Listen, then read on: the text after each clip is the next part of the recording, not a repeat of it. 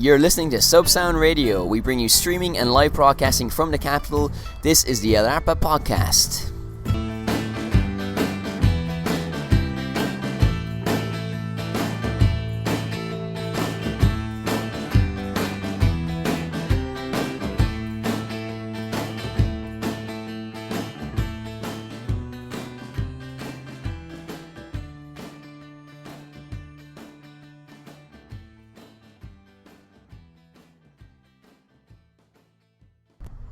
Hello and welcome to a new edition of the Ep3 podcast. Hey, how are you doing?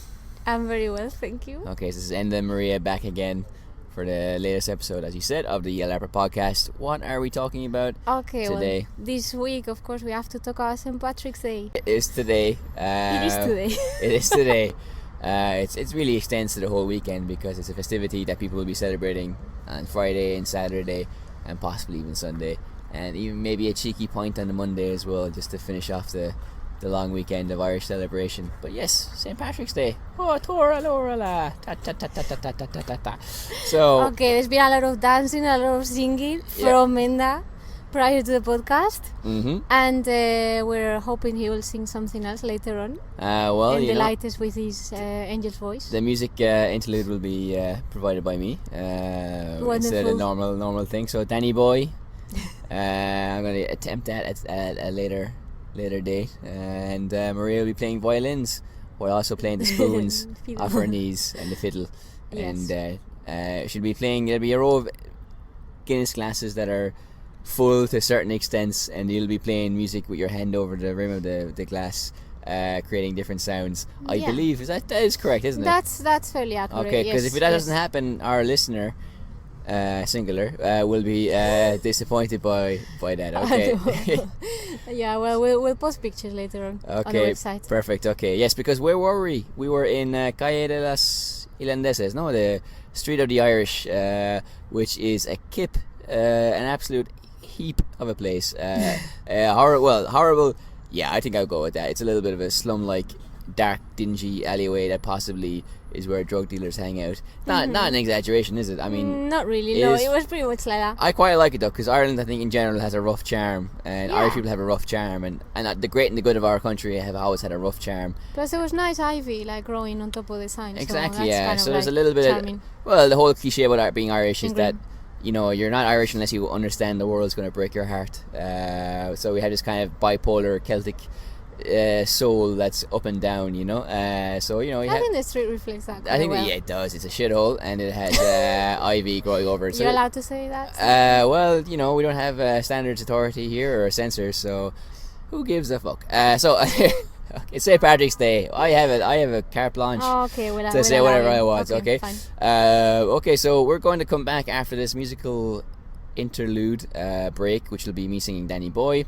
Remixed with Fatboy Slim, Praise You, with a little bit of gospel choir from Alabama as well. And if you don't know what that sounds like, strap in and kick up your feet.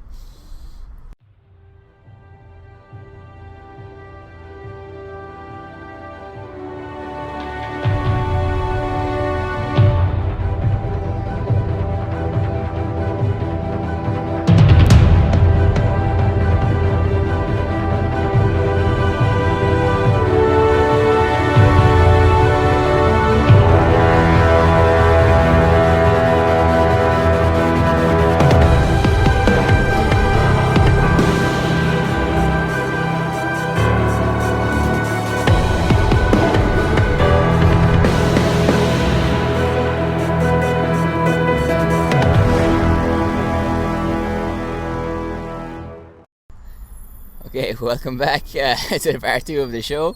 Do you enjoy the singing? Well, if you didn't hear it, it's just adjust your radio sets and your computers. It's probably a fault on your end. It was definitely there. We definitely did it. So I think this is the most bullshit we've ever spoken at the start of a podcast. So that reflects, I think, the St. Patrick's Day festivities. But we're going to have a conversation now, aren't we? What are we focusing on? Well, I'm actually interviewing you. Well, we'll have a chit chat, I think. No, I'll interview you. No, I gives you questions, answers. No, I gives you a position of power that I'm not comfortable with. Kind of destabilizes the dynamic So okay, we'll start off then. What's the first thing you want to ask me about this whole Irish thing? Okay, well, we're interested. I mean, our listeners want to know. Our listener is interested. Yes, Yeah. our listener is interested in knowing about your Ireland. You know, the things that make you think of Ireland when you're in Madrid. You've been here for a while, and Yeah, I've been here for 4 years. It's a very big question. So we're going to start little by little, as I say in Spanish, poco a poco, and we'll tease out the issue. But you know, a lot of different things make me feel Irish. I'll start with something simple, an Irish bar, because I think I try to avoid them as much as possible, and I hate them really, if I'm being honest, because a lot of them don't represent our culture or misrepresented, and they're ruined by stag parties and louts who are watching football matches, you know, and very often they're very plastic. But I remember I had a local Irish bar in the centre of Madrid that I used to always go to in my first year here. I thought, this is incredible. This is a place that I can frequent and kind of be Irish, which was a novelty. But then I changed my bar, and now I go to James Joyce Bar in near Cibeles on Calle Alcalá, which is on the site of a former writers' hangout, like an old cafe back in the day. And it's a wonderful place. I think it is owned by an Irish man that I know, who's a very nice, very accommodating man. The staff in there are very friendly as well, and I think it's a very authentic Irish bar, and I think, you know, it really is a piece of home, because I believe that the Irish embassy sometimes have events there. The Irish Spanish Business Association, they have events there as well. You can learn Irish there on occasion. So I think they have something for everybody. I mean, they have line dancing and other things that are not Irish, but you know, it's a mixed bag. But I think it is a true representation of what Ireland is, or it's a place where you can feel at home, and it's the only bar in the city that shows GAA matches. Now, I'm not a GAA fan, which is a Gaelic Athletic Association, Irish sports, Gaelic football and hurling. But you know, when I'm abroad, I become more nationalistic, so I adopt them. And in the bar, they have the flags of the different counties, 32 counties that contest that. And you know, people aren't going to be familiar with the Irish sports per se, and also against the different flags of the different regions in Ireland. So you can learn something there while you're there. And also as well, one of the reasons I stopped going to the first Irish bar was because one night England were playing a friendly, and Ireland were playing a competitive match, and they showed the friendly, which I was just like, look, I know it's for money, I know it's for tourists, but come on, like, lads. So I went to the James Joyce instead, because they were showing the Irish match, and I think that's important, because, you know, no matter what your position is, I think you do need a place that feels like a little bit like home. And would you say it's like a meeting point for the Irish community in Madrid? I wouldn't say that in particular. I think a lot of different people go there, like a lot of tourists, Americans, you know, British people on football tours kind of congregate there as well. Well, it's in an area that is very very touristy, yeah. So. But you know, I mean, from the Irish people that I know, some, you know, half of them, and by half I mean one person, because of the two Irish people that I've known since I've come here, was a big fan of James Joyce for the same reason that I am, and the other guy was working in the first bar, so his opinion was compromised by working there. But so yeah, that is one thing that makes me feel Irish, you know, and I think it makes me feel Irish because I know a lot of other people do it very badly. There's so many examples of bad Irish pubs that when you see a good one, I think it's worth it a lot. And it's called the James Joyce, and you have pictures of great Irish writers and Spanish writers in there as well, which reflects its tradition as well. And I think, you know, that's what Ireland is, not just the cliche of the land of saints and scholars and great writers, because we do have that, but also a sense of history and place. Because I think, you know, something that's part of the Irish soul and the Irish character is that you might leave your country, but you never leave it. You never really leave it, and the country never leaves you. Or the country never leaves you. And even James Joyce himself was that walking contradiction. And he left Ireland because he felt stifled by the Catholicism there and the culture there. But at the same time, you know, he wrote a book called Dubliners, which is a story about his city, and Ulysses as well. I mean, yes, Leopold Bloom is the protagonist, or one of the protagonists, but also the city itself. It's like a homage to the city. It's an ode to the city. But him himself, he could never quite leave Ireland, and he was writing about it from afar. And Dubliners as well, and I know you've read it as well.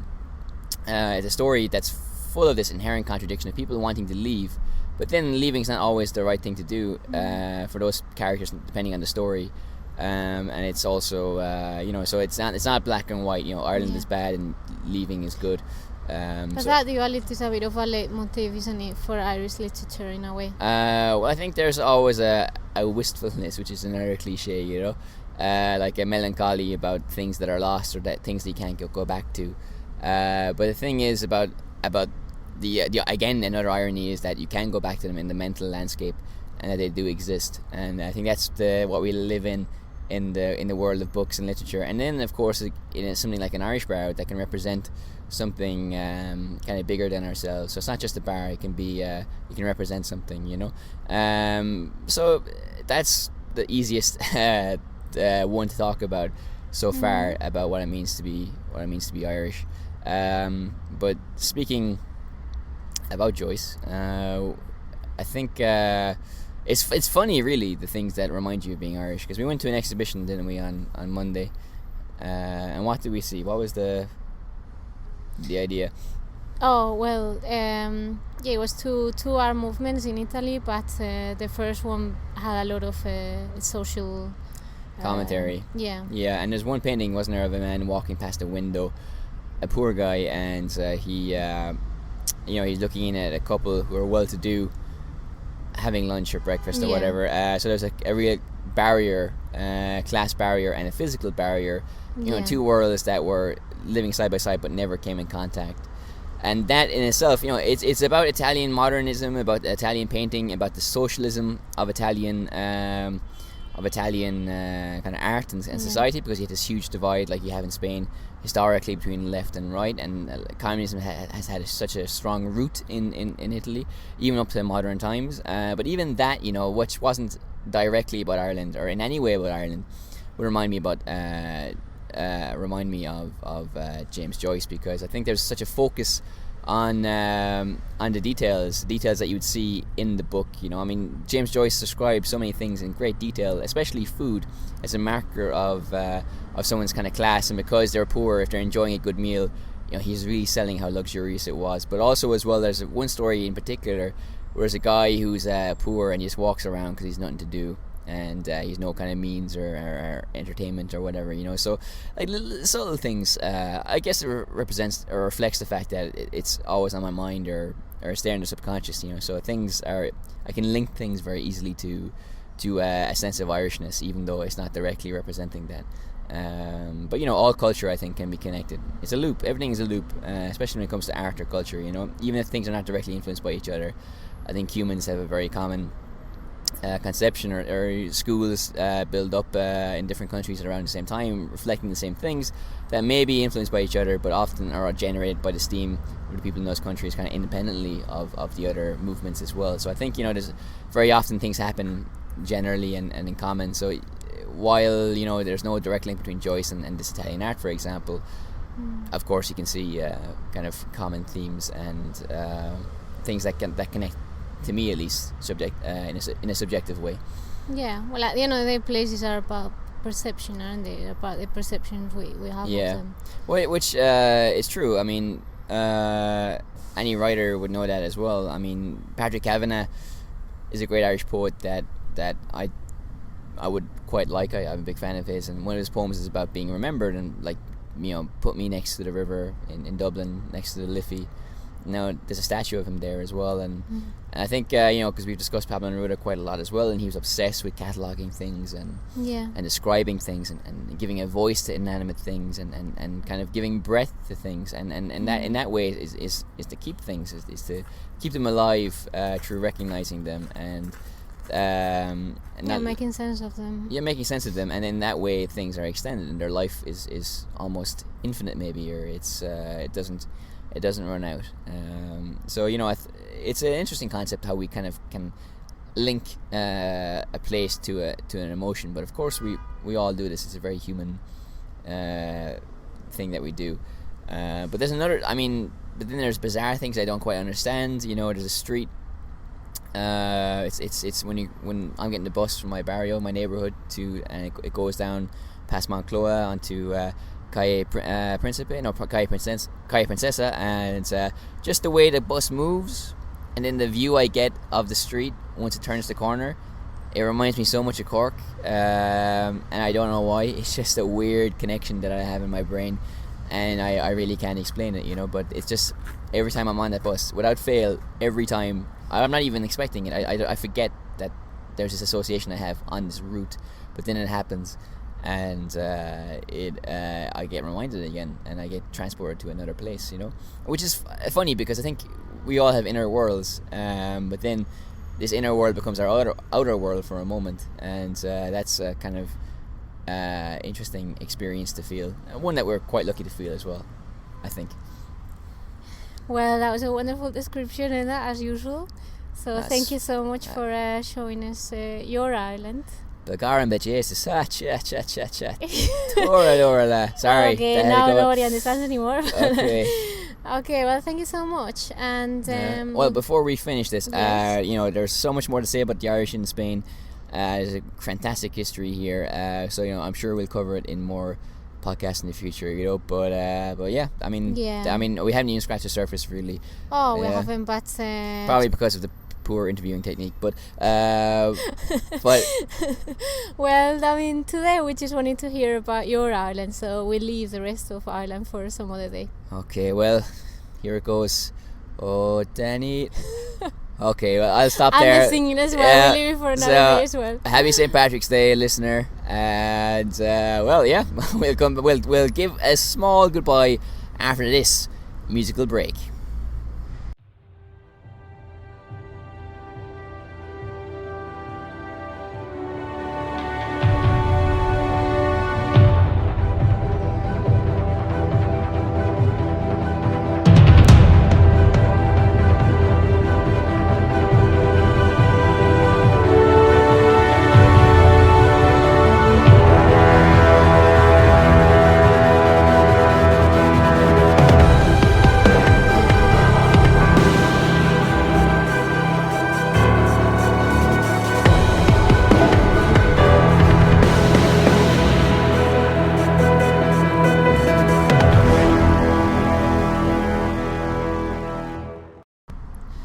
So welcome back to the final part of this edition of the Ep3 podcast. If you've just joined us, shame on you, and also just bring you up to speed. We've been talking about my version of Ireland, living in Spain. I've been here for 4 years, and this day, of course, is the great magical day of St. Patrick's Day. So, well, I'm all spoken out. I have nothing else to say. I know. Well, so, very Irish. Very Irish. So, what are we going to do next week? Okay, well, this is a surprise. We have a couple of things in store, and we have to decide which one. So exactly. Well, also as well, we're going to be increasing our video output. We just had a meeting this morning with an NGO that works with old people, so we're going to be doing a promotion for them. Of course, check out our promotion of the Barcelona market that we have on our YouTube page. And so also keep an eye on the virtual room, because everything's coming up there as well. More exhibitions, and also we filmed a group called Forasteros in the local park here, Retiro. And they were kind enough to do 2 songs for us, and that will be going up on our website over the next couple of days. So lots of things to keep you entertained. Lots of things to keep you entertained. We've disabled comments on all our videos because we don't trust you. But other than that, though, thank you for following us, and until next time. Yeah, see you next week. Bye-bye. Bye. You're listening to Subsound Radio. We bring you streaming and live broadcasting from the capital. This is the Ep3 podcast.